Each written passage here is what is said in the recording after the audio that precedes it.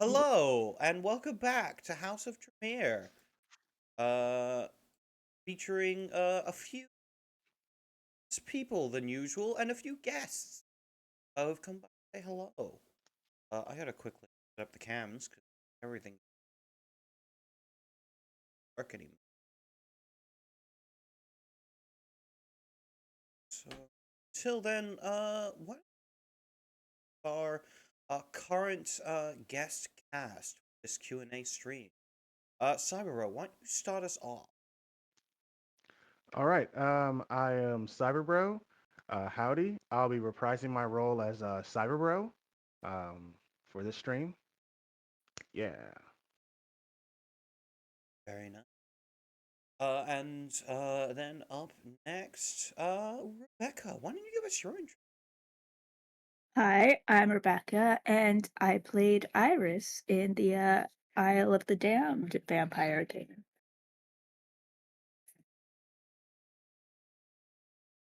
Oh, I was supposed Stream. to say who my characters were. I play Dr. Quentin Quangle. He's a doctor. Um, yeah. Nothing else. Just a doctor. Doctor of what?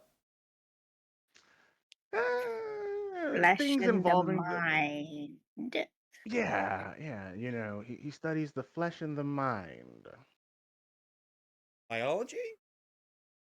Yeah. Let's say biology. Unorthodox biology. Unorthodox Yeah, biology. unorthodox biology.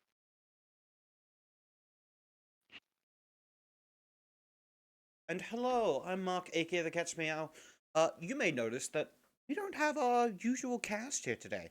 That is because we were unfortunately one player down, and I didn't feel like killing all the players while there was one missing. So we're gonna get back to that next week. But for the time being, I thought host a Q&A stream for our lovely viewers who wish to ask questions, perhaps learn some more about the world of darkness that I have orchestrated as the creator of the mighty Methuselah strings in the background. Nonetheless, I think with that, jump right in with a conversation with my two fellow players about your experiences in my games and your thoughts towards my style of GMing, or perhaps even thoughts to what's it like being a player and so. Whichever one of you to go first while Okay. Well, uh, I will say I definitely appreciate that it always seems very theatrical. I like how there's camera work involved. I'm a fan of setting the scene and I'm I'm a theater film school kid, so I really appreciate a very good scene set or a mise en scene or anything like that. So it's always very fun. It allows me to really immerse myself in instances, and it's just good for setting the atmosphere and the tone for an episode. Um so uh that's something that I enjoy for sure. For And I know for I've my had part, friends that have said the same thing, like specifically the following the camera is good. But definitely. I live in a constant state of fear. You know, it's a constant state of fear. How will I die this episode? And Mark, I would say, is great at suspense, because it's never mm, just a trip out of the chantry. And I've only played in one game. This is my first Vampire the Masquerade game. I vaguely know about Vampire the Masquerade just from doom scrolling on YouTube, but never played in one before. But yeah, this and it took me a while to come out of the mindset of I'm a hero. I carry a sword and I make oaths. But yeah. I would say Mark really does a great job of setting the tone. It's never just a trip out of the chantry. We're just gonna go here, get some flower seeds, come back. Oh no, something horrible is happening, and it feels very natural. That's what I would say. There's Absolutely. yeah, like Yeah. it really does feel natural. So yeah. Like it's something with Vampire the Masquerade in general, I feel that is different than a lot of TTRPGs. And it's why it's one of my favorites. Um, is that there are a lot of things that you can do and should avoid, which is different than your average, game. A lot of games are like, yeah, go ahead and get into combat. Maybe don't split the party. But like in Vampire, it's like, yeah, you're good to split the party, but also avoid combat. Like even if you're a combat heavy character, there are certain situations that you really don't want to be in. Like the werewolves, you can be the most stacked character. You can be built. Werewolves are probably still gonna kill you. Uh, Yeah, Absolutely. eh, it's a change One in werewolf is mindset, a challenge. definitely. They travel in packs. yeah, yeah. It's never just one werewolf. It's never just one of anything, except for that one time it was just one Sabat. But Hasib lost an eye, so it's a give and take. Yeah, there was another one like right or two, I think, right? Like right behind them. There were like There was there another there's one, one Yeah, fall. wasn't it? Yeah. yeah. So even then, it was never just one of it. There's a question in the chat from Lorenz Factor. Um, what university? Oh, does Dr. Quengo have an actual doctorate from a university? Yes. Mark, is there a community college in your city? You have Oh my god. Uh, Probably. I haven't thought of it though. All right, New he had Angleham. the New Angleham Adult Learning Annex. I don't know. Yeah, Absolutely. but yeah, Dr. Quangle does have a doctorate. It's on his wall in his laboratory.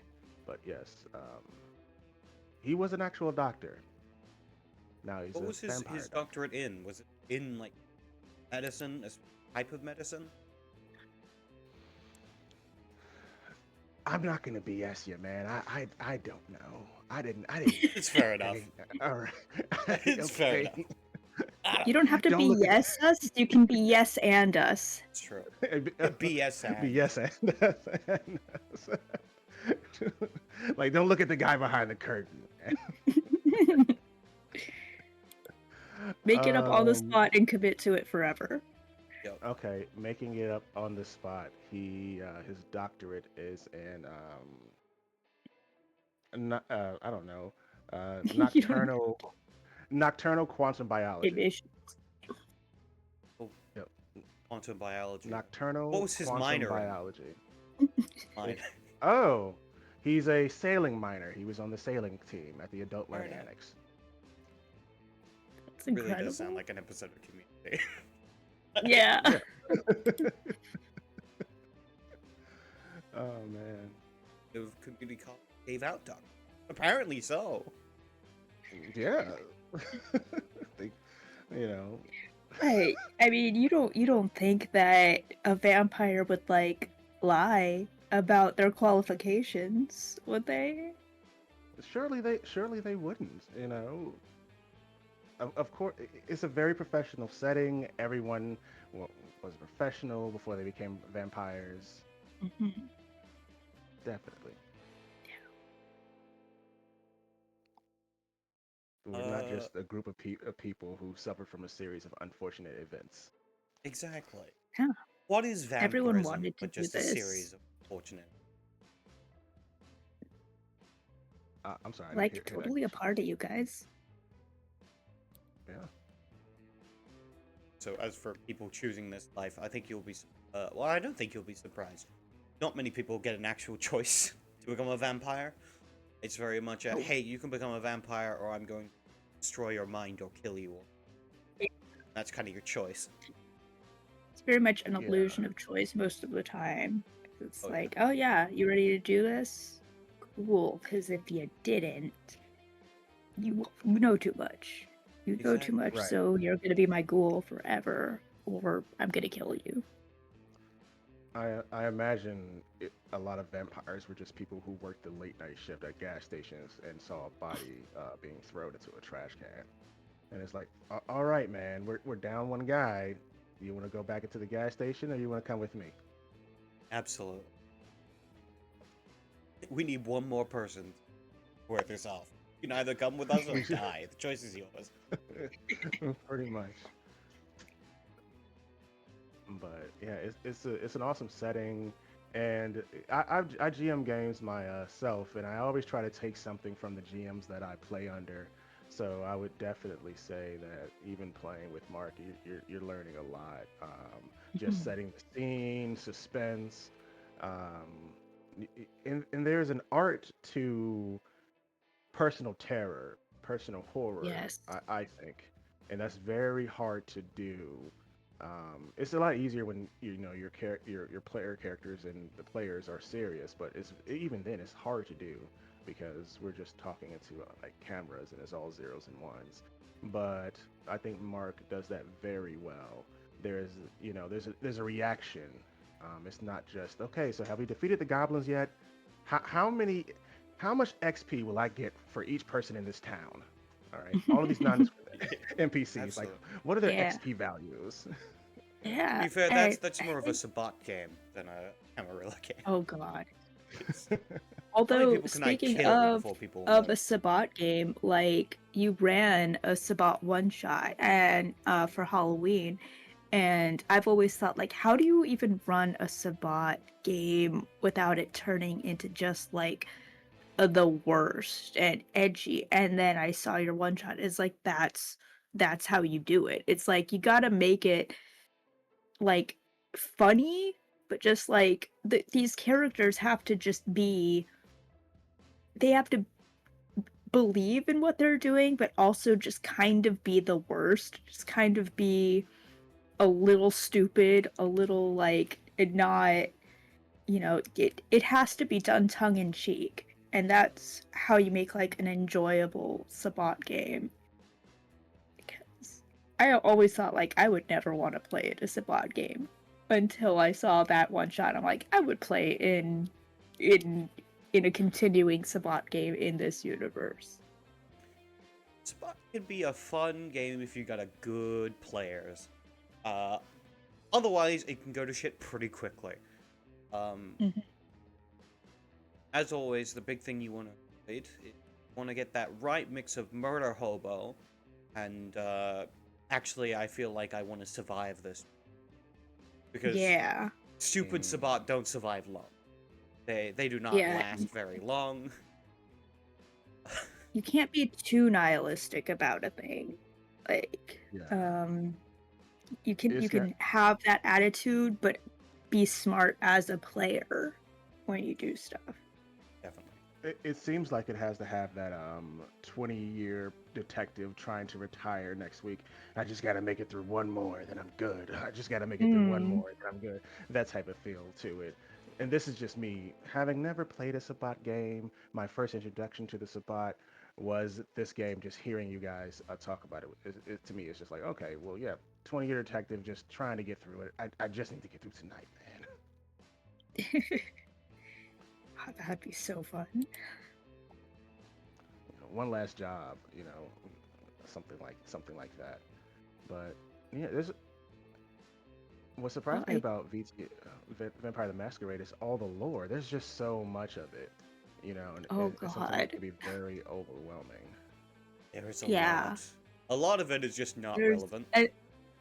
or it contradicts itself consistently because it's like different people and but at the same time like they kind of like I feel like the writers use that as well because like oh yeah this was written long ago but then we're also just going to say that was written by this guy of this sect from this clan but what really happened was this and it ends up being like well that's just like real history Yeah. where, you go like your life believing like, oh yeah, this is how this happened, this is how that happened, and then, you go on a deep dive like Wikipedia thing and you're like, "Oh no. Oh, this is bad actually." Or, "Oh, this Yeah, wasn't like this at all."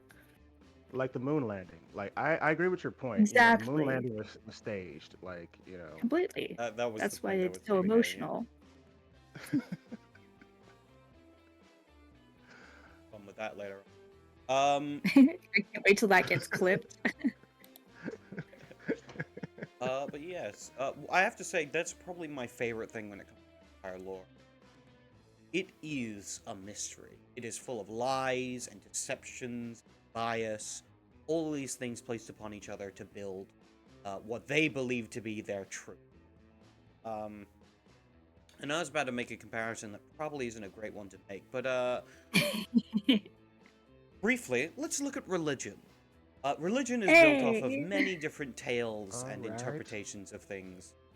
That's my Cyber's out. He's Cyber like, Bro nope, just removes himself nope, from the done, situation.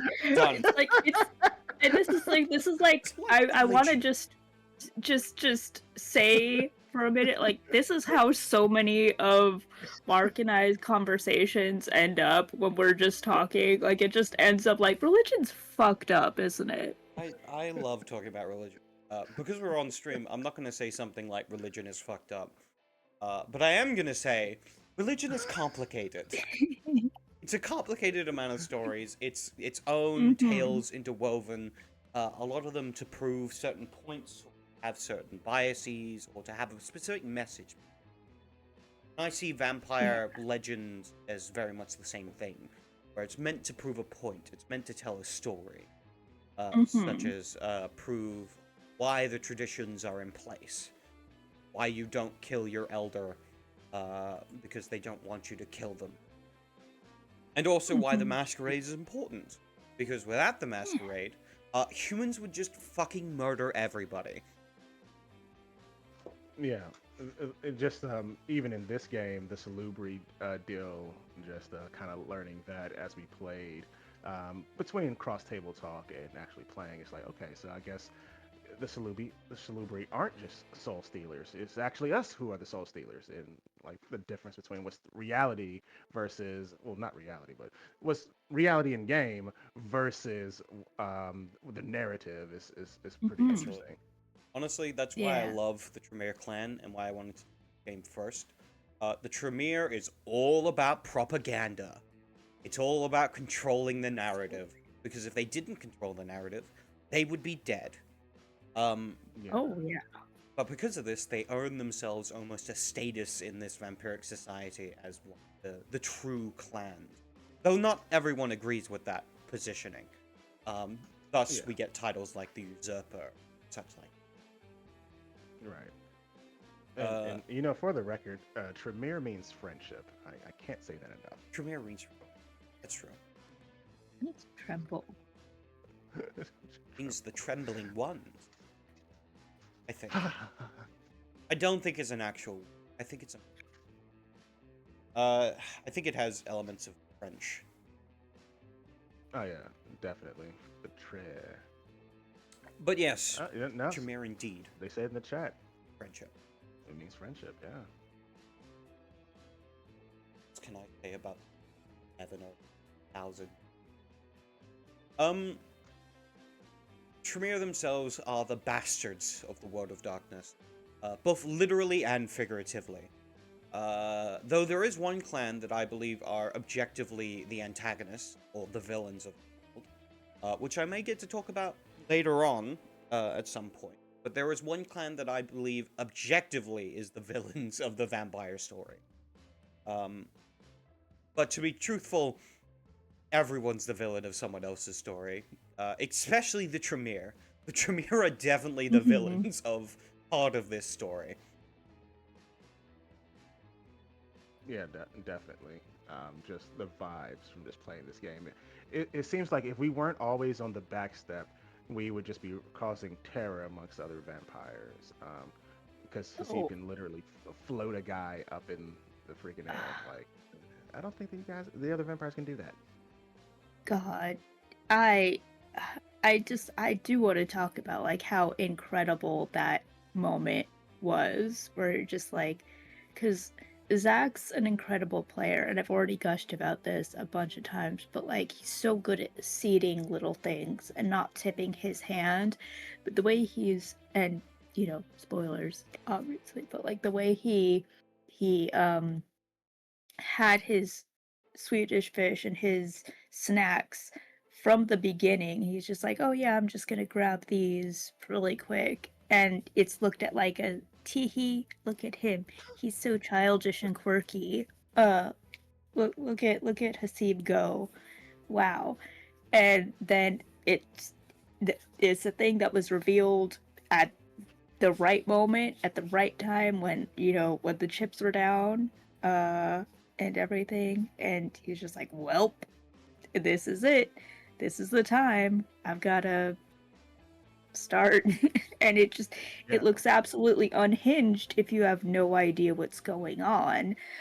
Just like, why is he just eating Swedish fish? Is he just gonna go out in a blaze of glory? Like, if I'm going out, I may as well have human, comfort for the last time. Uh, but no, he's just like, all right, I'm filled up and I'm ready to go again. Eh, All his. Yeah. It's just such a That good payoff. definitely. And that's the interesting thing about playing with different people, is just seeing their play styles. Because I'm completely the opposite of that. I was talking about the flesh and the mind for Dr. Quentin in episode one. You know, I'm very like, much but at so the joke up front, type of person. But at the same time, though, like, you said it so much that it just seemed like a joke. And so then when you finally started doing flesh crafting stuff, it was kind of more like a hidden in plain sight thing the whole time. It's just like, so it just made it like it was a moment of kind of fridge brilliance, just like, oh my god, Mm, it's been there the whole time and nobody batted an eye. yeah, that was kind of the intent because I figured from talking across table talk. Okay, I'm not supposed to be able to do this. Mark's made it clear, and everyone else has made it clear. So it's like, all right, I'm just gonna keep saying it, and it'll just become normal. And so Yeah, finally, exactly. Like, you who's know, gonna suspect that a Tremere, has this thing? If it was a Samis thing, it'd be like, all right, edgy, I get it. But right, with it could just be Doctor doing weird shit. right, yeah, plausible deniability, and implications, and stuff like that. Exactly. Especially because like this is a world where the Tremere do have access to a type of blood magic called biomancy, I believe, which is like controlling people's bodies and the big difference is is that with flesh crafting, it's a horrifying process. It's a process Yeah, of pulling back skin and pushing it into different places, exceedingly painful, not a fun thing to go through. Where biomancy is just like, whoop, there you go. rude. Uh, there's also a lot of things that flesh crafting can do that biomancy. Yeah. God, I really enjoyed like the full just like Little Shop of Horrors, just or Uh, Last of Us, or just like flowering open face. That was really fun. Just Jordy, don't look. like, Johnny, because I, don't I look. was thinking to What the myself, like, how fuck? do I, Oh my god! like, how do I describe like a person's face opening up? And I'm like, okay, Quingle's face blooms like a flower, and then you get into all the like nasty bits. But yeah, the Jody don't look thing.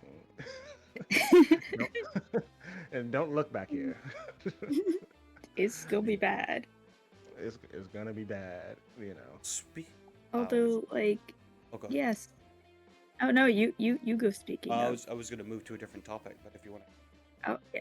I was just gonna say, like, speaking of, just Geordie stuff, I noticed there was a kind of early on question, about, like, um, theoretically, let's say that Geordie wants to ruin that ritual midway, would it kill everyone, or would he be spared? And that was just an anonymous fan question. That's a good question. I guess you'll have to find out next week. Here's the thing. I've made it pretty clear. If this ritual doesn't happen, there is no more Tremere. The Tremere are donezo. Oh no, what a As in, shame. yeah, I know, what a shame. But I mean that as in, like, this is part of an ongoing Gehenna chronicle that I'm crafting. Each of these clan games that I'm going to be running will decide what position the clan is at when the Gehenna starts.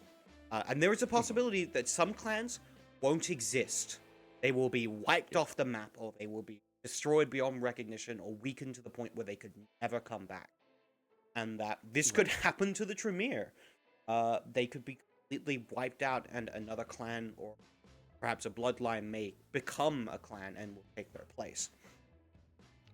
Yeah.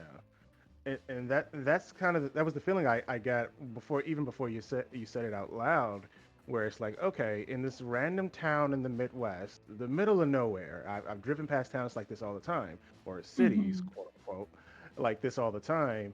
We've got one of two seeds that the Tremere used to create themselves. Like we are literally at the, we are at the crux of like everything for this clan. So we kind of have to succeed, or it's not going to be looking good. Oh, Yeah. absolutely. It's also like interesting to see stuff from Isle of the Damned just kind of bleed into House of Tremere. Like be watching it and be like, wait a minute, you can't just you're not but Quite but a few cameos of NPCs from yeah, Isle of the yeah, Damned. We had Bride make an appearance, yeah. leader of the local Bahari.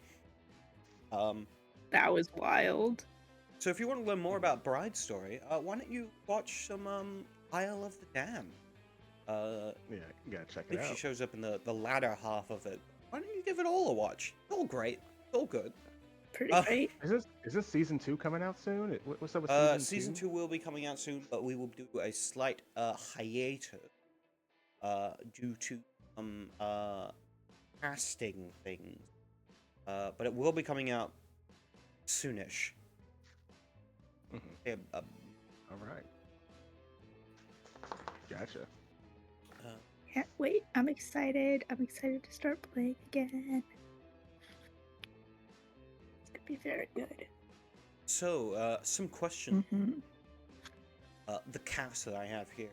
Do you guys have any theories about what the seeds are? I'm curious to hear what people actually think. I've dropped some hints. I wanna try and see what people are thinking upon the line. I theories are bad for me because I'm always like so spot on that it's stupid, or I'm like it's so far off. I never like, oh yeah, that's possible. It's either like, but um, Um, I think as far as my theory on it, I think they may be like a seed from Eden or something along those lines. Um, a seed from the Garden of Eden. Because I mean, lore-wise, from my understanding, I'm Cyberworld. I'm new to VTM.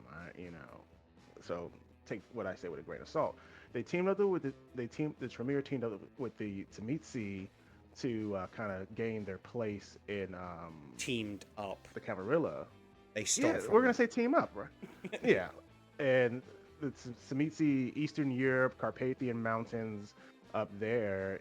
That having been in that part of the world for a while, it's not too far from the Middle East. So I'm like, okay, maybe Seed of Eden, the Tzimisce had it, they recreated it. I could be wrong. I don't know, but that's what I think. It's probably like a Seed of Eden. Interesting theory. Yeah, because there's the whole thing with like the pomegranate seeds, which harking back to like um religious symbolism, the idea that the pomegranate is the idea of original sin and all that. If you unless you're looking at Paradise Lost, when Milton decided I'm gonna make it an apple, um, Right. but uh, but yeah. Um, So, and it's interesting to think about like what it could be because there's the 13 clans, there's possibility of like bloodlines and like you said, like if they don't escape or prevent the Gehenna or their clan being wiped out, maybe a new bloodline will come in and it's really interesting. Like it could just be like the progeny or like something to do with Cain or you know Yeah. It's like who knows, you know. Um, Children of the what? Children of Uh, the Forest. So Yeah. yeah, they're trying to create another Night King. that was from left Cool. field. Right. 'Cause I was watching Game of Thrones today, so my eyes instantly went to Children of the Forest. I was like, wait, what? Uh-huh. Like, this is a Mm. different. And well, me every time I hear Children of the Forest, I'm like, oh, Fae folk. Hey It's folk. always fairies. Yeah. Oh no. Oh man, Fairies never do anything wrong. totally. They don't steal your name and your children. They don't do that. All right. So we've had some talks about Dr. Quangle, his his life and stuff like that. Let's start some talk about. Let's go with Geordie. Others in the chat. What are people's thoughts on Geordie? What's God, what a dick. He's just like he's he's he's let me get it. He's such a good character because there's a difference between like a bad character who's an asshole that you just hate, and then there's a character like Jordy who you're just like this fucking guy, but you love the character, and he's a good character, but God, is he like he's such like a petulant child that has no idea what he's doing, and he's like so afraid to like ask for help because everyone just thinks he should know what he's doing. And then, we've got people like Kess who are like, you don't know what you're doing. And instead of being like, hey, you're right. Let me get some help. He just like doubles down. He's just like, no, fuck you. I'll kill you anytime you call my ass out. And to be yeah, fair, it, Kess did call him out in front of the primogen of another clan. That's a Yeah. that's a look, big I no. I wouldn't know anything about that. As I've stated before, like it's so funny how there's a lot of like unintentional parallels between characters in like Isle of the Damned and House of Tremere. But like I kind of sort of played that character of like trying to be the one to tell the prince regent figure like you are fucking this up so bad, my guy. Like you need to do better. Right. And but like I would do it in the council amongst our, peers. I would say if that had been any other prince, your ass would have been in deep shit. Oh, Oh yeah. absolutely. Yeah. Definitely. I would have Um, I don't think she would have said it like that to any other prince though, to be fair. True. There is, I think, and whether intentional or not, Jordy has cultivated around him an atmosphere of you can challenge me, just from the circumstances at hand, with so many people being so junior and new to the clan. so they're not really initiated into, no, this is your elder, you respect him even if he's only a couple Mhm. generations removed from you. Mhm. There's that feeling of, hey, you can challenge me, especially with everything going to crap right now. It really makes Jordy the perfect fall guy, because that was my thoughts. Yeah. Like the first couple of episodes was just when the elders show up, if everything's all messed up, I can just blame Jordy because he did everything. He's Mhm. he took over the mantle as regent, so none of this is my fault. My hands are clean. But my opinion on Jordy as of episode 19 is that while he is in his own way, he means well. I think he Yeah. does, and that's one thing I never, from as a player or even as a character, I never doubted that Jordy didn't mean well or that he had his own thing going on. So those are my thoughts on Jordy. Like he means well. I definitely think that he's he's done playing around too. Like so many things have just gone wrong and he's been trying to hold it together for so long that it's just like, you know what? No. Nothing nothing else. Nothing else. And Kes was just that like straw. Was like, Yeah, Absolutely. The last straw. definitely. 'Mhm. 100%. I will say, in my Yeah. eyes, Gordy represents very well the idea of the middle tier of the Tremere. Not quite high enough to be Mhm. all powerful, but low enough that you have power, but high enough that you have power. As Hmm. well, Yeah. Yeah. as you've said, if something goes wrong, it's his ass that the elders go after. Mhm. Right.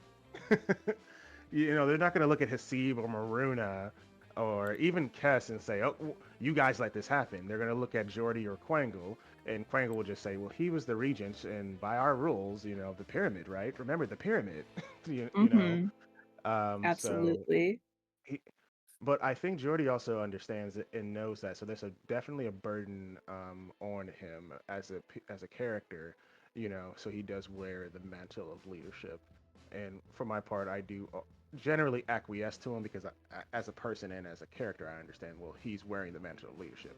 If I wanted to make decisions, I should have put my hand in the scary orb, but I didn't. It's just a scary So orb.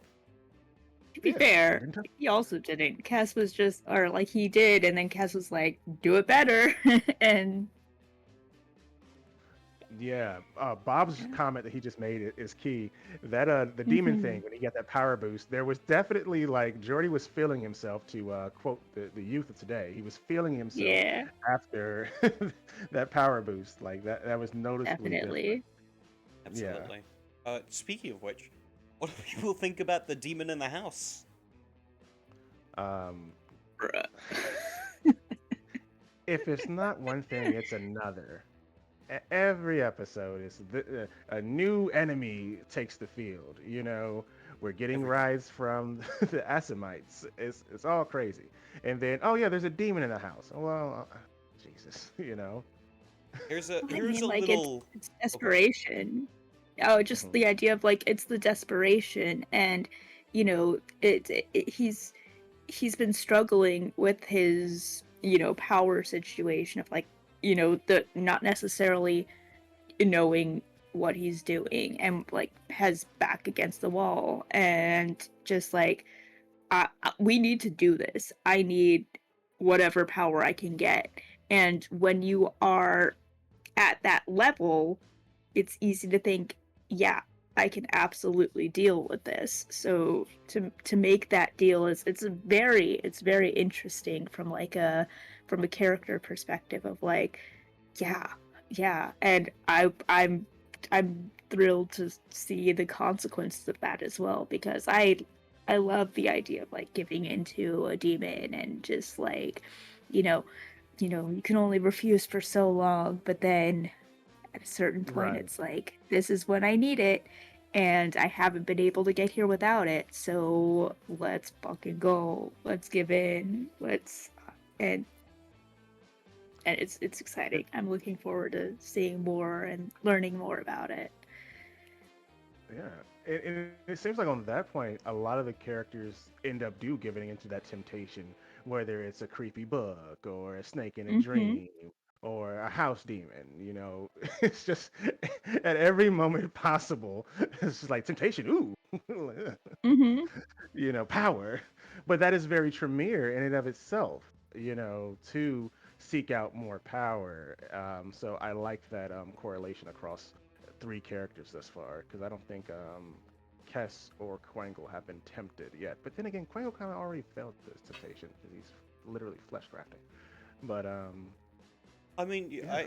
your temptation was there. I'll be honest, I didn't get to spend as much time on it as I would have liked, but it was to do more with like your wife for a whole thing going on. Uh, There I was also mean, a few maybe other there will things. be more to do in the future with her, right? There There's might be. definitely a chance that it might happen in the future, right? There's always a chance. It's Well, not guaranteed like if Quangle survives. That's kind of the caveat. Also, if to she the survives. unaware, yeah, if she survives. To the unaware, on multiple occasions I've asked Mark is if my wife is still alive, and Mark has told me the same thing each time. Well, you should probably check up on her. That's a good question. So, Well, go ask her yourself. yeah, probably. But we've got work to do. We've got a ritual to complete. Someone has to get the job done. I can't go around throwing people into the air or yelling at people in front of the Nosferatu. Someone's got to be there taking care of business, and if it's Quangle, it's got to be Quangle. It's true. Getting it done. Uh, Now another thing I would like to call to is a little bit of a lesson. Professor Mark teaches a little lesson in Tremere chantry creation. Now, Mm. classically, What a the cane. chantry needs a power source. There are many different kinds of power sources in the World of Darkness. There are places of power, there are artifacts that can be used to harness it. There are also creatures. I think you can guess which one was used in this case to power the Hmm. chantry. Um, I will say the thing that's probably more terrifying, though I don't think anyone has really asked about it, but a lot of things that have been happening in the chantry with the way like it moves, stuff like that, and also the fact that there's bits of it literally changing and shifting, and one time threw a Nosferatu out the door. That doesn't usually happen. So something strange is happening to cause all this. Oh, I I'm an initiate to Vampire the Masquerade. I didn't know. I thought that was just usual. The Looney Tunes esque security system was usual. Like, No, okay, cool. that's not very There's an anvil usual. somewhere. Yeah, the ceiling opens up and an anvil falls down. you know. Yeah. No, Just a Kevin Home Alone trap. absolutely. Right. But yes, there are a lot of fun things about the World of Darkness. A lot of fun creatures that don't like being trapped. Hmm. We'll have to see more about that later on. Yeah. Uh, Also, yeah, having gargoyles is a great part of having security. Because they are tough, Mhm. they are good at fucking shit up. They're also good at being hidden. Yeah. The enemy will not see them. Very, very true. For all we know, the Unbound could have been in the Chantry the whole time because it's not like we barred it from entering. So it's just been in one of the rooms chilling out, eating potato chip, eating hot chip. He's been chilling out Eat talking to hot chip and lie. hot chip and that's the Tremere way. Mhm. Hot chip and lie. Yeah. Oh, That hot chip. let's move on chatting about Hasib. We've already talked a little bit about Zach and his playstyle as a role player. We Divine Made Manifest. However, I don't think It's all true. big love to you, Zach. Um, Mhm. but let's talk about Hasib and Hasib's journey. Our thoughts on that. Yeah, he got sassy with us, like literally. It's been interesting watching Hasib go from I'm having a mental breakdown to I'm locked in. Mhm. So that journey has been very interesting. Um, from the perspective as a player and from the in character perspective. So Mm-hmm. yeah, really love Hasib's character arc as it's gone thus far, and I didn't have any idea where it would end up because the way it started was he literally called his sire mom. Like Mm-hmm. in one of the earlier episodes. So seeing him go Yeah. from that to wearing, losing an eye, locking in, Mm. promising the girl that he's going to protect her, has been very interesting.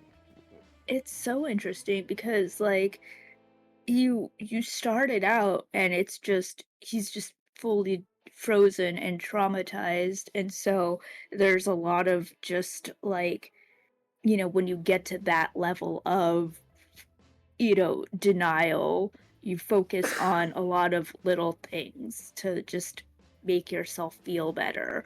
Or, like, I just need this one thing and everything will be okay.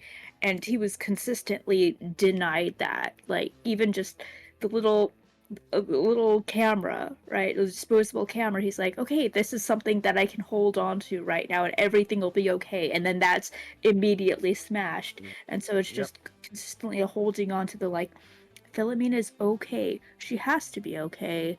I know she's okay. And then getting that confirmation and being like, see, I told you guys.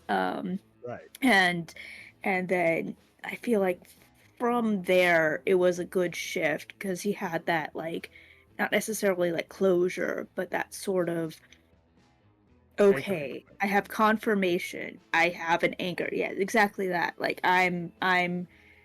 I have something that is familiar and good and that is working, and I can focus on my rituals, on my other things. And just the way people kind of like treated him and like pushed him back a little bit, like that was just another like, well, all right, I guess I'm moving towards this, characterization. I'm learning to close myself off a little bit. I'm willing to be sassy, but I still care about these people even though they look at me like I'm just a child or I don't know what I'm doing, even though I'm very good at these rituals. I'm very good at studying. I I always sign in. I'm always following the rules. I'm doing so good. I'm not putting my cigarette out on the carpet. I respect the library, and they don't even answer the phone and they act like I'm a bad person for being worried. Yeah, okay, I'm sassy now, you guys. Yeah, And definitely. I can see the part the other players, to include myself, have played into like egging that arc along because mhm. Hasib did present himself a little childish, but we all kind of bought into that, where it's like, okay, that's the dynamic how it starts off. And I think Right. like even when we did the character web before we started streaming, that was kind of built into it a little bit. Mhm. So yeah, very good points. I minored in psychology. Oh, an expert in the mind. Uh, I think there's a lot of interesting things here that, in a lot of way, we've only just touched the surface. He represents the hope of Clan Tremere, which is slowly being dashed upon the rocks with each growing moment. But there are still moments of where his hope kind of comes through. And for me, it's kind of telling that there's an important part of Vampire as a whole. Because if you play a vampire without hope, uh, there's kind of not much of a reason to keep going for your character. And your character Yeah. has to have something to hang on to, something that makes them want to keep going. Because otherwise, it's a very depressing life having to Yeah, outlive definitely. everyone you care about and will ever care about. Well, Mhm. I'm going to be the devil's advocate here. If you've got a library that you maintain and is pristine, I think you can get a couple of centuries out of just doing your job. You know, Well, then is not if the job the thing that you're living for and that's making it better? oh, psychology major. Minor, rather. Sorry. Boom. My but Uh, also, the reveal that Hasib is technically the most powerful of blood within the chantry, as that was Yeah. the eighth generation. so funny to me. Like Yeah. that whole scene, it's just one of those moments in like TTRPG magic where it's not a thing you can write, but it's just when the scene comes together so well of just like that little smug look on Jordy's face when he's like, oh yeah, let's tell everyone our generation. And then we've got Hasty being like 7 or 8 or whichever is like, is that a good number? And Jordy's like, fuck, I'm 9th gen. What is happening? I thought I It's had this. that was a really good moment because it's always funny like to to know that you have a leg up as the player. You know, this is my leg up, but the character playing it off like, is this good? I it says I won. Is this good? Right? You know, this number's higher than that number. What is this? You know, I have an ace and a so king. Is this a good hand? is this a good hand? Did I just win? Yay! So that was a great scene. That was a good moment. Mhm. And now the question, perhaps people have been waiting for, perhaps it's just me. What are people's thoughts on the book? The Ah, book. ah, man, it's such deep lore, with the whole Goratrix thing, but it's also a thing that I learned about years ago because I was like, I like name etymology and I like figuring out why people have named their characters certain things. So I'll look it up. And so, thinking back to the Pendragon campaign, I was like, Goratrix. I was just like, did you name your character after this Tremere man? and, uh, and so it's like a thing I kind of sort of knew about, and like the whole idea of it, I was like, oh no, this is either actually him or just someone pretending to be him, or but fucked up. I mean, For me, is oh, okay. no, go ahead. I was just gonna say, for me, out of all the options of ways to deal with our current dying situation, other than sacrificing the girl, Goratrix seems like the best option for what we know right now. Just turning ourselves over to the Sabbat for protection, it doesn't seem like it's going to be the way. The Bahari are definitely out. So it's like, okay, it's either sacrifice the girl or we use the book. Well, we'll do the creepy book. That's the so that was very interesting where things are presented where it's like, hey, all these options are bad. Every Mhm. there is no good option. All right, there is no like to talk about Yeah. Fallout New Vegas. There's no yes man option. Either you're with you're either with the NCR or Caesar's Legion. That's what you got to do. But yeah, it's just making the best out of a bad situation. That's a lot of vampire in a nutshell, honestly. Like it's a lot of gray area, and you being the gray ones, Yeah. it's all gray area. But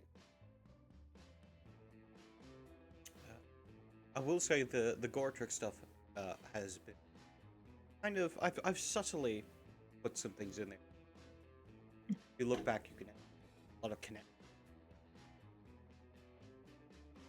Even like the name, I don't remember what, but it's just an anagram of Goretrix. yeah, yeah. Because I love Yeah. anagrams. In fact, if you scrub the footage and look around, there are tons of anagrams in this game.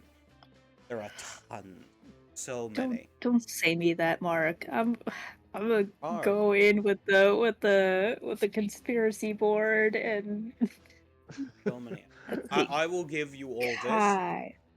The the name of the city, New Ang. New Angleham, is an Angleham. anagram in itself. Oh man. I don't even know how it's spelled, so that's not fair. Exactly. Type in chat. I'm gonna find the actual spell. I want to make sure it's right. I misspelled it a few times. Oh. Trying to throw us off the trail. Exactly. It's all Exactly. part of Totally the what I'm trying to do. plan. Red herrings and whatnot. Absolutely. Ugh. Communism.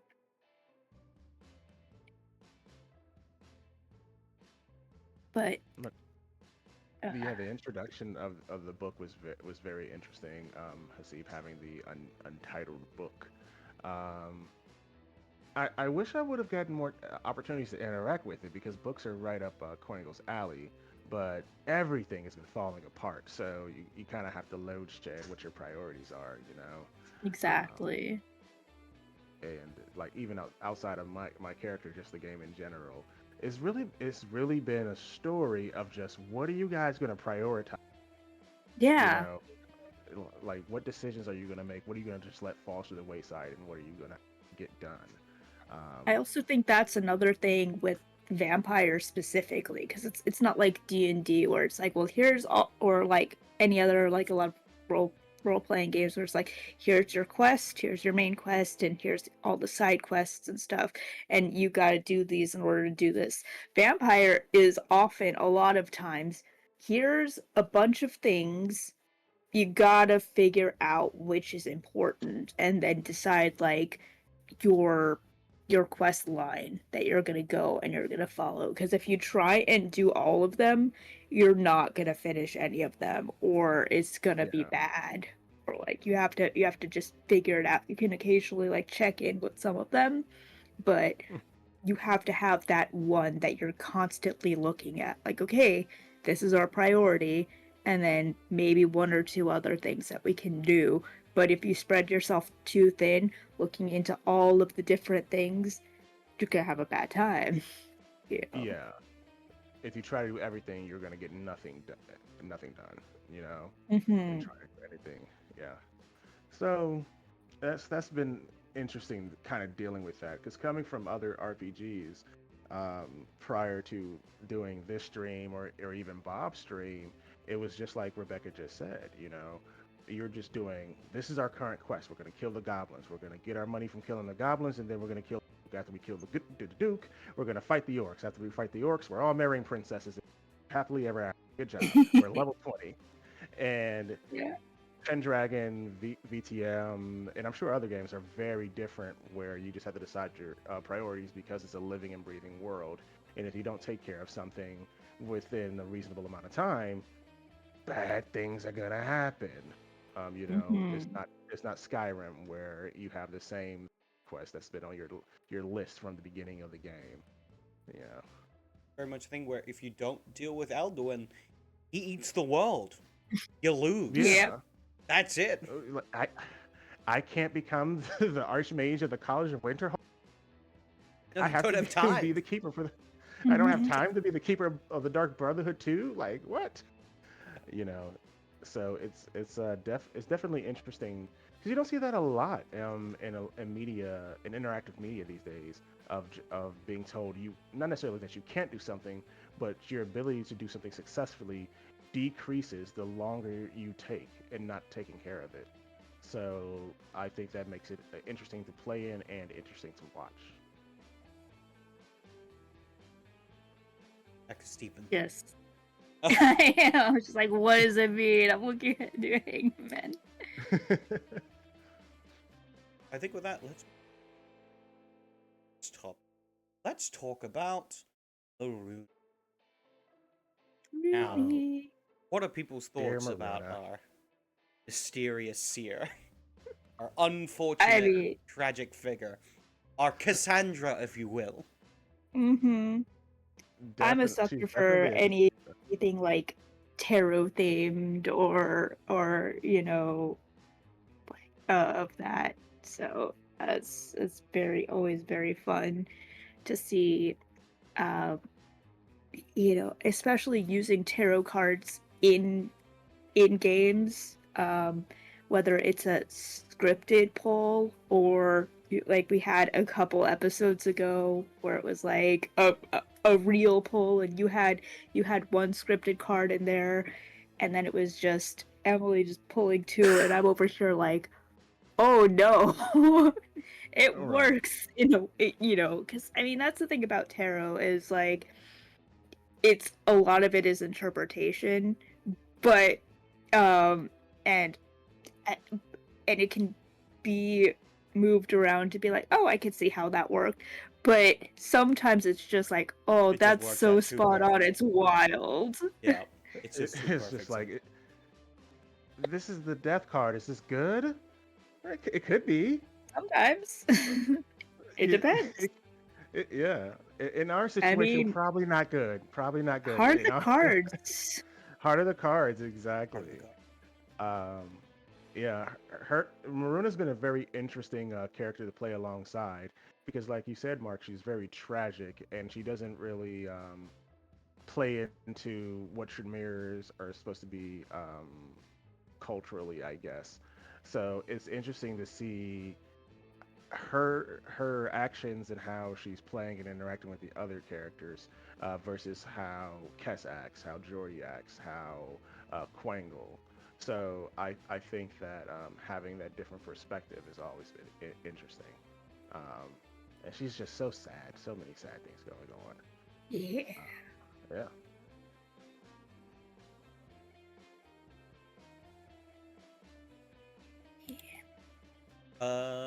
On a similar. Tragic characters are always really fun too because it's really good to have that sort of heart in the game that you don't often have in it, or like it's sometimes lost in a lot of vampire games because a lot of times it's personal horror and a lot of people are doing like, yeah, I'm just gonna be this cool badass character. But then like you have these tragic kindred characters that are like, my life sucks and it's gonna be long and I know it's gonna be bad, but like you just really have to them more than anything, it's like we really need to keep on pushing. you know Right. just find the good or else and it's a different sort of hope than Hasib, because Hasib is like that idealistic, like there has to be something, and then there's like Maruna where it's just like i need I need there to be something. And Right. yeah. Yeah. uh, I think her tragedy is in forcing there to be something. Because I don't think mhm. from on the outside looking in, I don't think she believes there is something, but she's desperately trying to make it so that there is like Yes. hope or kindness in the world, just from her backstory of how she was embraced. She's met nothing. It seems like she's met nothing but tragedy since becoming a kindred. So the Mhm. fact that she's still trying to do good, she's still trying to help people out, is it speaks well of her character. Absolutely. Yeah. Some things that are adjacent. What are our thoughts on the Bahari that we experience? Oh man, Fuck them Bahari. definitely. Ugh. Um, you go ahead because I have no context outside of this game for what the I Bahari are. just they're just they're interesting, but it's also just like that whole idea of just, yeah, we're the cult of Lilith, and it's actually Lilith who we get the power from. Not it's like who cares? I mean, it's just who cares? And that's just me being like a eye rolling in the background. Like it doesn't matter. You're still kindred. Like you still have the same shit. Like, but yeah, that's my thought. But that Cass's ex, that was a really fun, or Anya. I don't know if they were officially exes or something, but Yeah, there it's was. definitely Were they definitely. were they actually dating? Because Kess doesn't That's seem like that's the thing, was like I They that wasn't. seems were in the like past. In the that. past, they had dated. Oh, they had labels and titles. Oh, okay, interesting. Yeah. Because Let's just All say right. Kess that doesn't seem Anna like thought that they type were of guy. still dating. Yeah. Oh, Yeah, but sometimes sometimes depending on how things end, it leaves a big old question mark on things, and you're like, is this still a thing? I don't know. Huh. It's like we never technically got divorced. So how are we, kind of thing. But yeah, for sure. yeah. Um so like I could see that on her part, but like I think from the introduction of the Bahari, it was nice to have a faction that I could take a hard stance against, just from they want to destroy the world. mm-hmm. It's like, okay, I have an anchor point. They can't win. No matter what happens, Yeah. they can't win. So that was really good. Whenever they were introduced, maybe episode 15 or 14, just having that anchor point was awesome. Just like, okay, no matter what happens, don't let them win. If you got to kill the girl, Mm-hmm. kill the girl. If you have to burn the chantry, burn the chantry. But not let you know. They can't win. If Yeah. they win, everyone else. I will Right. note, though, this is a specific sect of the Bahari. There are different groups of the Bahari that have different opinions. The belief of Lilith and what they should be doing. Are they Each of them Lamia? furthers the Dark Mother's plans, whether they know it or not. There are Lamia. Lamia are rare, though, in Modern Night. So there's Yeah. a few that are rare. I don't think there's any in that group. I don't think that would make sense. But speaking of which, we also have a lore drop, which is actually traditionally from the World of Darkness. The last child of Lost Lost Daughter of Eve. Daughter Yeah. of Eve. The Mm-hmm. last daughter of Eve. Yeah. What do y'all think of that? What are your thoughts? As someone who doesn't know things about the lore, what do you think, Cyberbro? What does it tell you? Obviously she's very important because we're going biblical with it. I think from what I've noticed, the more a subject's importance is directly correlates to its history. So if this is so things that are more modern are less important than things that are biblical or Bronze Age or whatever in origin. So the second I heard the last daughter of Eve, I'm like, okay, she's a very important figure. There's got to be something going on here that's a priority, and how it's woven itself into our story has just only proved that. It is sad that we have to sacrifice her, but from my perspective as a player and as a character, you Somebody gotta go. do it. Gotta go. You know, I can someone's tell you got there's to definitely a go. few characters that don't want to make a sacrifice of this poor unfortunate Oh soul. yeah. Well, I Yeah. mean, it's sad, but true. Yeah. Power comes at a And sacrifice. Yeah. exactly. And even when you have a split between we want to sacrifice or we don't want to sacrifice, or that conflict at the most pivotal moment is what's going to be interesting. Dealing with that Yeah. conflict as our door is literally being shot down. One of those split the room sort of moments where, you have different people in your party, in your coterie, like on both sides of an issue, and you got to have that moment of like, look, you guys, here's the thing. We either do this or we don't, but we need to agree on a course of action. We can't just be arguing in the car the whole way there. Like, we either Right. commit or we don't. So we have to commit one way or another. And Definitely. I agree, and inevitably, if it all goes bad, it's going to be Jordy's fault because he's regent. Exactly. Yeah. Everyone blames Jordy. Yes. Yep, Jordy's Mhm. fault. No wonder Jordy's thinking about fucking up the ritual and killing everyone. Exactly. I mean, oh no, oh no, the Oh no, Tremere. the Tremere are gone. I Anyway. want to be sad. This is the first. This is the first clan I played. This is my only clan. You know, this is pivotal in my Yeah. development as a player of VTM. I will never recover. Yeah, I mean, I could give you, I could give you some better ones, give you some cooler ones. Know what you're Do going to they have suggest, and I magic? Yeah. don't think that's going to be any better at this point. No, it's a very bad time for them right now. But, but you know, I know where my loyalties lie regardless. Speaking of clans that mean and anymore. Once I'm done with them, Oh no, I'm sad. rather, once their founder is done. Ah, fuck that guy. Nonetheless, if you want to learn more about that, stay tuned. Just learn about that in future series. One of the most pivotal events in 1999 in the World of Darkness. Um, but nonetheless, what? Okay. What do you guys think of Maruna's visions? What do you think about them? What do you think are their origin?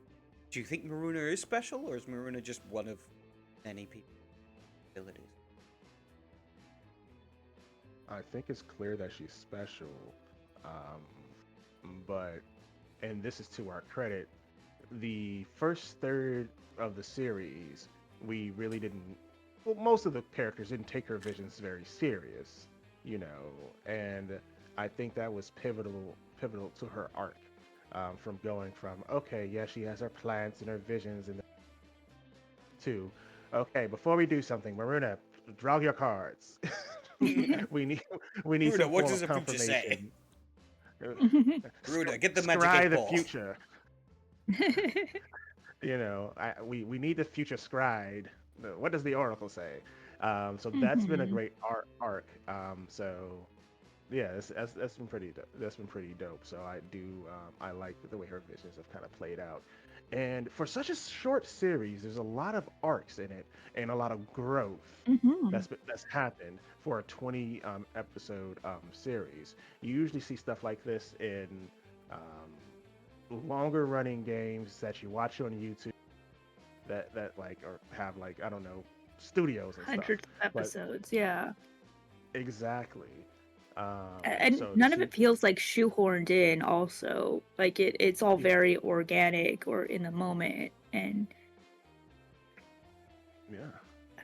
It goes back to that relationship web that we made. I think that yeah. really helped the game and helped a lot of us because I know for some players they played together for a while, but I've played with Emily and I've played under Bob when him GMing, but I've never played a game with you, Mark. I've never played with Maruna, well rather Ree, and I've never played Mhm. with Zach. So doing that really helped me come into my own as a member of the group. So there's a lot of benefits to that. Yeah, I agree. It's super rad, super helpful to like have a character web and like really iron out character details in like a session zero. Like if you're gonna have everyone know each other and it's not gonna be like a you meet in a tavern situation. Right. um super helpful, especially like you said, if there's some people who haven't just played together and can't like, you know, to just Build weave that in their rapport. dynamic of like, I know what you're gonna do, so I can sort of figure that out. Um but like I I do think Maruna's in like her visions and stuff are very interesting because, you know, as Ree says a lot, like should have been a Malkavian type um person who is now a Tremere. Um the idea that yeah, oracular ability is not uncommon, but seizures and, it bleeding and all of that sort of thing. It's like, oh, that shouldn't happen as a kindred. You shouldn't. That's very like kind. That's very human. Um, that's uh, that's interesting. So either that's some weird sort of derangement that was cursed on her, or it's d- something that is truly innate. Um, it, yeah, and that it is fucking weird. But at the same time, it's like there's been that whole shifting into kind moments where it's like you feel like you have to breathe, or you're crying, but it's not blood, it's water, it's actual tears. What is happening? So it's interesting. Fucking Yeah. surprise Golcondas everywhere. Surprise! Mm. Oh God. Surprise Golconda. Oops, all Golconda. I think with that, we can move on to the last memory. Let's talk about S, the ladies' Oh, man yes. of our game, apparently. The big, God. creepy extendo man who looks like he's been stretched. Yeah. Yeah, he's got a lot of issues. Kess has a lot going on, uh, but it's kind of interesting that he keeps up with his family. He goes to church and does confession. Um, I think most of our characters, we've explored what their anchors are to their humanity. And Cass's anchors are his family, and it's been interesting to watch that and his character develop from the beginning. So definitely, Yeah. And it's interesting that he manages to do that, because normally that is something that is extremely frowned upon. Like, oh, you're keeping ties from your kind life. It's not great. Sooner or you're later not they're supposed gonna to do figure it that. out. You're supposed to, like, get rid of that. But yeah, because sooner or later they're gonna find out. Um, and if they do, they're good. That's not good. They're gonna die. They Yeah, become expendable at that point. They become a liability. But Kess seems like someone who, he acts so aloof and above everything, but he cares. He cares so much. He cares about his bonds to such a degree that he is willing to risk everything, but also risk them in the process. So there's like an air of recklessness to it as well. Like recklessness and like selflessness as well as selfishness at the same time. yeah. Um, Kess is honestly the most dangerous member of the clan. Um, Hmm. I would definitely say that out of all of our characters, not for like any ability, but for what he's willing to do. Yeah. Um, I would not doubt for a second that if pushed to that point, Kess wouldn't betray all of us to save his family. He'd feel really bad about it, but he'd do Yeah. it. Um, Hmm.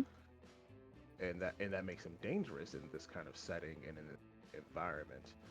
Uh, yeah, Yeah, just the way his loyalties would be tested in that moment, because he's got loyalty to his family, he's got loyalty to the Nosferatu, and he's hmm got that loyalty to the Chantry. And it's just about, like, which one matters in the moment. Like that, he had that line about, you know, he wished that the Padre would have been the one to turn him. And yeah, that's wild, right? Like to be in a moment of I I am so okay with being kindred, and it's not that I don't wish I had been turned, it's I wish it was you that did it. Yeah. And to have anyone say that specifically to a Nosferatu, which makes things objectively harder to Mhm. just exist in the world, like that's like that has to be the truth deep down in Kess's heart, because I don't even think some Nosferatu would have preferred to be Nosferatu. Like some are happy, some are like, yeah, this is like I've adapted. I'm fine now. This is fine. But to actively be like, I would prefer a much harder life if it meant that you were part of my family. Yeah. Like that's a Yeah. big line. Very Not enjoying telling. your current situation so much that you would admit in front of another clan that, hey, I'd rather be with you guys. You Mhm. know. But in that moment when he could have had protection, could have just sold us out in the sewers, he didn't. Yeah. Yeah. So, and that's very important to note. Um, yeah. True. I Hmm. will say, as someone who Absolutely. Cass's backstory, he may not entirely be wrong. That he Yeah. probably would have been better off with Padre higher. Because I Oh don't yeah, think it's then Caius. Yeah. yeah, the Caius, because Caius is a Yeah. horrible Yeah. sire. He's a Yeah. horrible man. What do you He's Yeah. mean? bad. What do you mean? God, everyone so hot over Caius for no fucking reason. No, You did that on Caius is purpose. such an asshole. He's the worst. That's you did that, Mark. That's what you did. You gave him that red tie. Is yeah, red tie hot. I will say, I don't think it's been revealed yet, and I don't know if it, but one of the important things about Kess's backstory and his connection with Caius, is that he was with Caius for about a year before he was embraced. Hmm. Uh, Like as a Yeah, ghoul, or he was as a with person, Caius. as a human, as a person. Yeah. with the most sadistic and horrible torturer, who just caught him effectively breaking the Masquerade or being a threat to the Masquerade. Hmm. Cat spent a year like that. Yeah. Yeah, Talk about personal sucks. horror. Talk about Yeah. horror. Yeah. Personal Hmm. horror.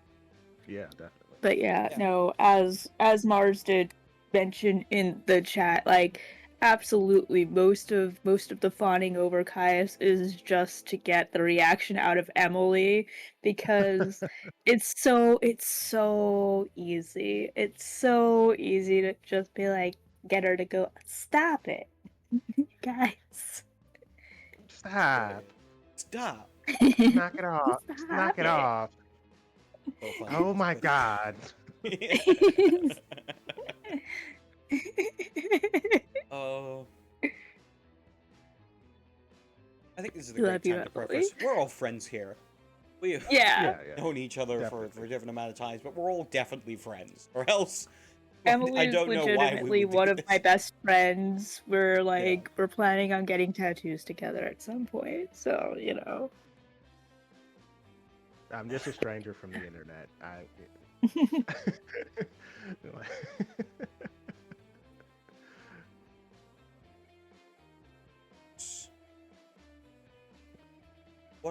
What else is there to say about Kess?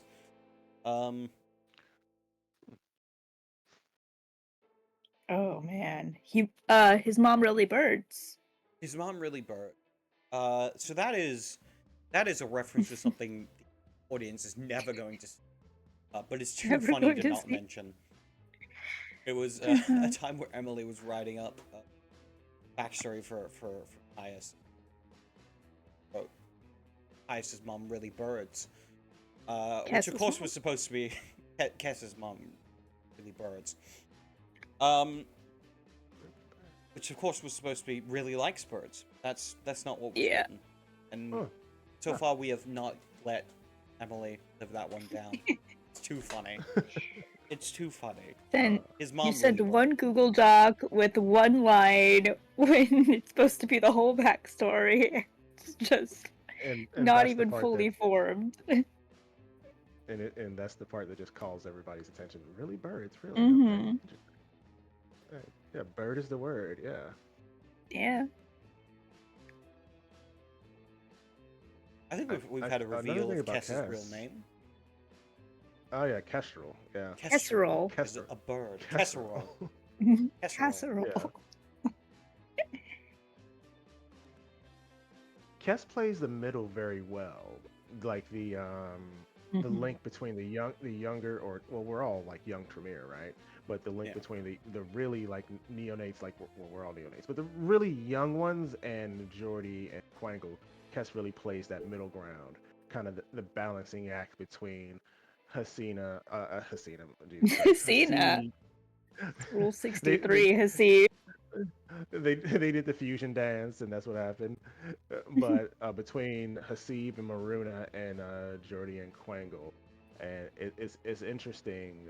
Even watching Emily play Kess when she's around Jordy and Quangle versus being around Maruna and Hasib, because she'll take more of a not a parental role, but more of a big brother like role to them um, when it's just the three of them because it's obvious. Okay, I'm the one in charge, and Mm-hmm. then kind of acquiescing to Jordy and Quangle when it's just three of us there because it's obviously Jordy and Quangle are mom and dad, that type of Mm-hmm. deal. I think one thing that's not talked about a lot is just how good a manipulator Kess is, because he Yeah, had to be. Oh. He had to yeah, learn yeah, how to Mm-hmm. be a definitely. good manipulator, and he's good at playing people off each other. Yeah, definitely. De- like just watching Kess work, it's it's interesting because Kess never reveals his hand. He may imply things, but it's never just him revealing his hand. So he knows when to be Big Brother. He knows to be when Mm-hmm. you know. So it makes it even more surprising when he just outs Jordy in front of the Nosferatu, just like this break in face, because Jordy's really about to reveal some stuff that he didn't need to reveal, so on and so forth. Yeah, but like, and But that's the thing that like not be playing everything so close to his chest kind of bites him in the ass sometimes because mhm, he could be more open and like huddle up and be a little more forthright about like, okay, here's the deal. It just gives the bare minimum, but if he gave a little bit more detail, like sure, he said, yeah, don't give anything away for free. Make sure that you're willing to trade something.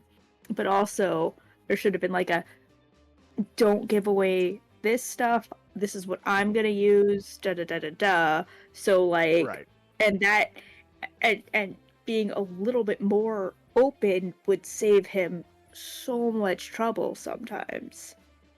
right. Like it. But that's the arc of the character, especially with that Absolutely. backstory. Like Oh yeah. when is he going to like open up and let someone in? And and I think for Quest and Quangle's relationship, They're just there was coming a up little with bit of shit names opening. left and right. Oh my god. But there was a little bit of like Kess opening up to Quangle a little bit, even in as insignificant of a moment where Kess calls Quangle mom and kind of reveals the inside joke. Um, Mm-hmm. so that was kind of interesting. But then again, that could have been manipulation. Kess didn't want to talk to Jordy, and he Quangle to talk to Jordy. But Yeah. either way, it's a breakthrough. I think But I without mean, like, and then there's also, oh, I just want to say, like, that's another thing of like, the idea of being closed off could very well be like that trauma response from Caius, Hmm. like, and I think we've seen that like with him finally standing up to Caius in the Bahari Den, or not the Bahari Den, at his family's house, like he's just finally starting to realize like, oh, there's ways to get over like this trauma. There's ways through it, and sometimes the only way out is through. And he's finally starting to push through it and let people in, even though Caius kind of made him want to be closed off. Yeah. I will say, I think the word of the campaign is trauma. All these Mm. characters really traumatized. Really badly Yeah, traumatized. Yeah. Definitely. Yeah. Matt, we're going to move to the last few questions. So if you're in the chat and you have a burning question, ask away. Your chance to get them answered. As well, I will, for the moment, go to my fellow co-hosts and say, do you have any questions? Waiting to see if the chat spins. Ooh. About the game, about the world, anything. I've got one. As far as your approach to GMing, what's your process there? Like, what's your process from, hey, I think this would be a cool idea, to getting to production? Generally, I start off with the idea. I build from there. The main things I need to look at is what kind of cast do I want?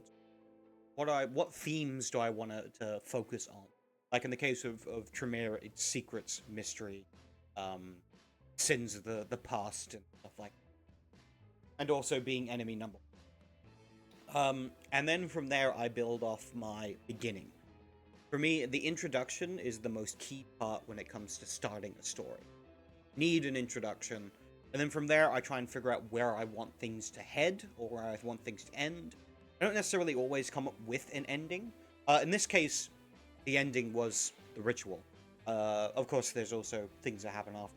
That was the key thing that we're building to. That's kind of the thing that you need a goal. You need a structured goal that your players are heading to. You need to make sure that you show that your player, you explain that to your players that this is important. This is what you're heading towards. Make sure that's not forgotten. Because in this case, if you had forgotten about the ritual, you guys would have all died by the end of episode 20. Which may still happen. We'll see. Yeah. But generally, my concept, I always start off with that introduction. Also, the scale of the game. Is it a city? Is it a building? Big and small. All important questions. And then honestly, I write up the first session, what I want out of it. I'll be like, I want this to happen, I want this as an introduction, I want to lead to this, and have these people meet, and these conversations happen, see where it goes from there, and then I just let it ride. I see what the players want to do, I sprinkle some things in. Sometimes I'll be like, oh, this is a cool thing to throw at them. This is a cool thing to throw at them. Here's 3 salubri. And stuff like that. And that's very much my strategy. I'm the, I like to think of it like making a soup. Start off with the stock, which you build from the bones of whatever it is you're putting in, and then you start to add everything else new. You kind of play with it a little, mix the flavors, go a little like that. How do you decide on like a framing device? Because for Isle of the Damned, we had like little flashbacks of us and our characters, but like for House of Tremere, it was a lot more like consistent with the Caligula thing, which the Caligula thing seems to also have its own storyline happening. So like, how do you decide on that, and then how do you decide on like the story for that? Well, in the case of Isle of the Damned, I wanted to show a little more of what's happening behind the scenes that we probably won't end up going into. So, like, backstories and things happening in the background. Very much though, end credit scenes you get sometimes in TV shows and stuff like that. I will say one of my big inspirations was Arrested Development. where at the very end they would have Hmm. like those few like little snippets of things that were either going to happen or weren't going to happen, kind of left you to wonder Hmm. what was actually the case. And also, I like introductions. I think it's a good way of not only drawing people's attention inwards from a player perspective, but also from an audience perspective, allowing them to see the things that one normally doesn't see, and also in the case of House of Tremere, making it. I think the term is diegetic, diegetic, Hmm. where it's When happening when in the the world. music is happening, yeah, yeah. Exactly, yeah. It's an Mm. active part of the world that's happening in that moment. And also, yeah, in the case of uh how Isle of the Damned, not everything I showed was exactly what happened. Everything is colored by Right. bias, which is the one thing I Mm. like to keep consistent when it comes to darkness things. Everything is colored Hmm. by bias. Everyone has Right. opinions. Everyone. No one knows the truth at all, and those who think they do are Okay, the most delusional. Hmm. yeah, that unreliable narrator. I think 100. a lot of series do that very well.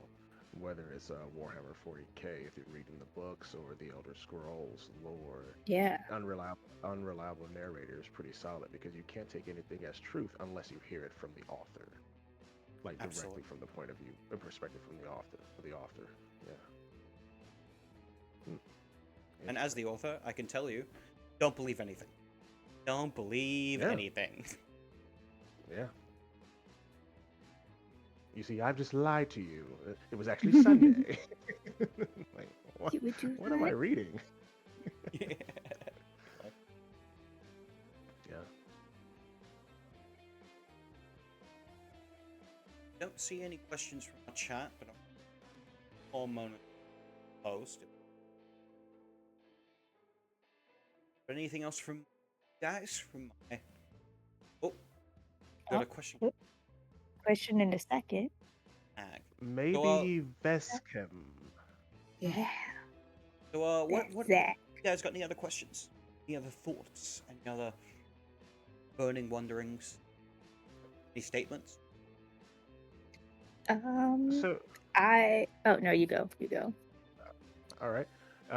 What's your process for session prep? Like, how long does it take you to prep for a session?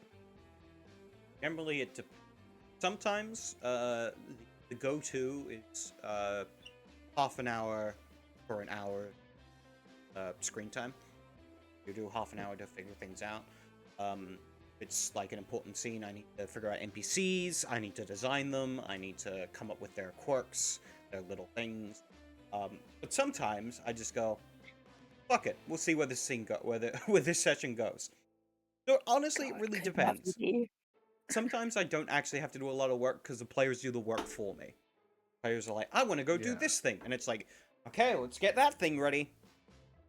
But I Hmm. usually have a general idea of where a session is going. There's very few times where I've been completely knocked off uh, my schedule of things, or gone into something without some idea of what is going on there. And sometimes Okay. I just think of cool ideas. And I'm like, I want to do that. Let's figure out how to get that to happen. Was Oakwood Academy like purely a you creation, or is that something that you and Ree and Zach sort of came up with together, That or was something Ree and Zach came up with independently. Like, hey, our characters need to have known well, rather, I want our characters to have known each other from somewhere, and they came up with the name Oakwood Academy, and I thought, oh, this is interesting. So I had it be set in the same location as New Angleham, because originally I think it was going to be like in another state or something, just going to be like a background. I was like, no, I Mhm. can work with this. I got some ideas for that, and that also eventually developed into the idea of uh Selena. Celine? Get what I mean. Celine. Selena? I Selena? have my Or is notes it somewhere, Selena? but I don't have them up.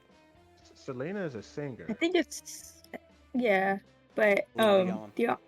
Yeah. it Yeah. was Then there's Celine yeah. Dion. Yeah. I don't know. I think Um, it's mean, Selena Selena's because I the think name of of the Catwoman all the time. oh, We have a question in from maybe Vescom. Uh, It in current says, nights, like in the Tremere game, how do you keep open Sabat activities, see slaughters, from becoming too visible? I find it hard to put Sabat in and not have them cause not cause immersion breaking due to their bestial beliefs. Just a ton of Men in Black mind wipes. I don't know how to keep wraps for me. I get that. I can tell you this. Let's say there are people in places of power that have it in their best interest not um, look too closely at these things. They still kind of look at them as, oh, this is a horrible massacre and murder. Like at Oakwood Academy, there was like a murder that took place, and there was like baby. fights that happened, and these things that are hard to clear up. Unless you're a powerful government organization with the ability to control the narrative. And honestly, I can tell you this, Zach.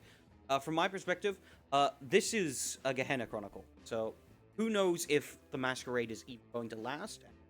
If the Sabbat are just going to go buck wild and start slaughtering people. The world has no choice but to well, become aware of them. respond. Yeah. Nonetheless, It'd be a bit hard of not to, mixing of Men in Black mind wiping, Camarilla finagling and controlling of the media and of information, and some good old fashioned elbow grease, scrubbing away at yeah. floors. Okay. I Makes can tell you, perfect they're sense to definitely not me. going to talk about the chaplain that had their eyes torn out. That's not going to be Good lord. because that's Yeah, yeah, terrifying. yeah. Yeah. Ghastly. But I can tell you, Ghastly. whatever powers that be they kindred or human, have made a note of this, and we'll just come to it.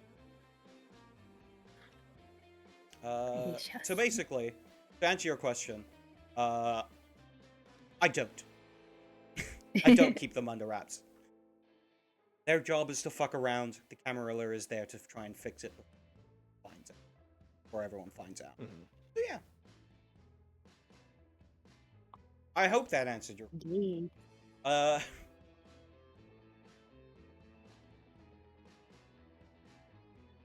I think with that is all for today. I hope our audience has enjoyed your.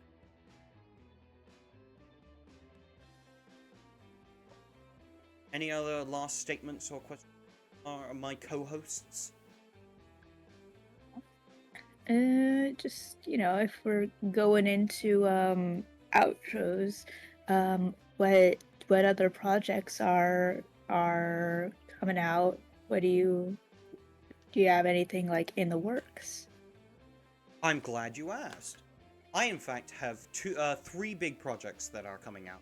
One, which is one that was mentioned before, which is Isle of Ragnarok, which is going to be my game set on the Isle of Man, involving a Methuselah prince, the cult of Mithras, and maybe even Mithras himself. I'm also currently running a game focused on the court of Mithras, which is kind of the exploration of medieval England, dealing with all the shenanigans and chaos that is involved. I also have a new series that will be coming out very soon that I'll have more information on, called Orphan Blooded. The Orphan Blooded Vampire. In the world of darkness, there are a lot of people that don't choose the existence to become kindred.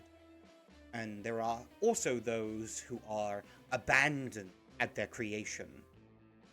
They are those that are known as caitiff, the forgotten, the orphan.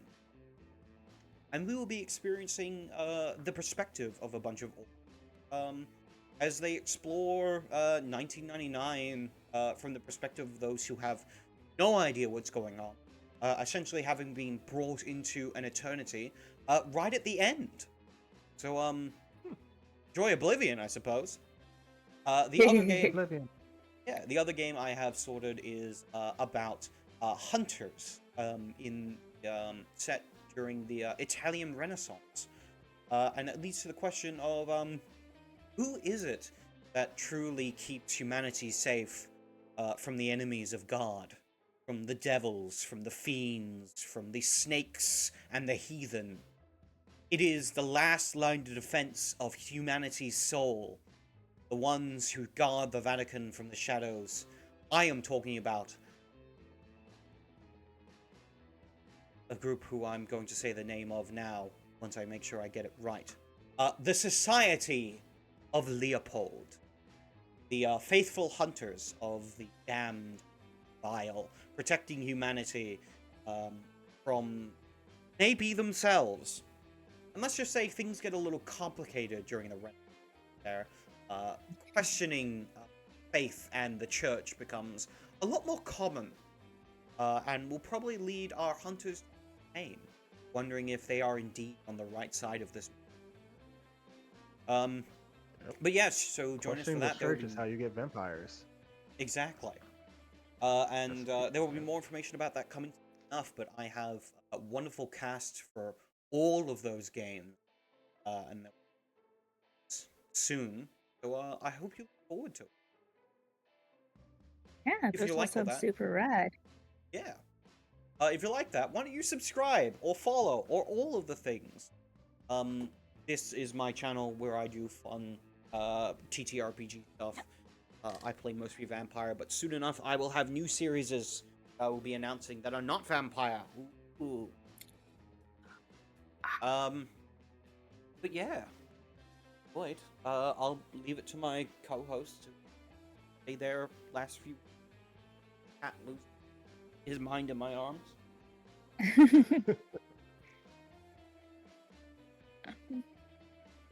Yeah. You go first, Mr. Okay, Cyberbro, or you're on cool. the left. Oh yeah, gotcha. So yeah, I've been Cyberbro. So if you want to see me in games, I play Lucius Julius Julianus. That's and Ticking Tom Bob streams on Tuesday evenings. That's going to be Pendragon set in the wonderful world of Arthurian England. Um, other than that, you can catch me here. And to plug an upcoming project, me, Mark, and Bob are going to be doing Daggerheart here soon. More to follow there. And I guess, I should get into the habit of doing this. I'm going to be throwing my hat into the GM space with my own kind of coming up here pretty soon. As far as the game is going to be Rune Quest, more to follow on that, but eventually follow me on my channel in the Discord when it gets set up. Yeah. Hell yeah. I've been Rebecca. I played Iris in the Isle of the Damned, which if you haven't watched it, you should go watch it and prepare for Isle of Ragnarok when it starts soon. And I also play in Bob's Tuesday Pendragon game where I play Olin, Lady Olin, and boy, are there going to be some things that I get to find out on this upcoming Tuesday. It's going to be a good time. But yeah, Bob does it 3 nights a week, Sunday, Tuesday, and Friday. And that's all I've got planned currently before certain things are announced. But yeah.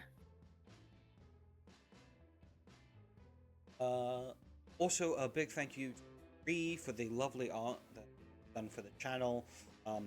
This lovely overlay as well as the character art are her. Keep an eye out because I may have some more character art showing off designed by Ree maybe very soon. So keep an eye out. Overall, hope you've enjoyed yourself for this little Q&A stream. I hope you're excited and will join us next week for what may be the finale of House of Tremere, where everything comes together and everything falls apart.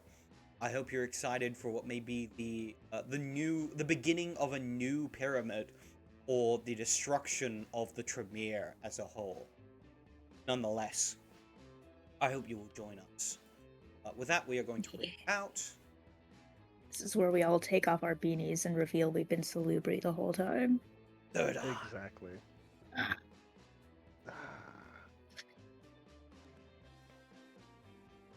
I'm gonna realign my beanie now.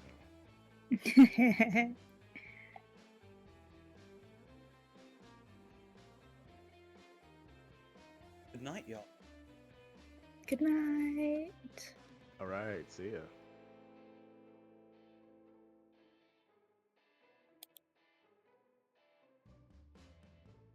That was fun. Definitely.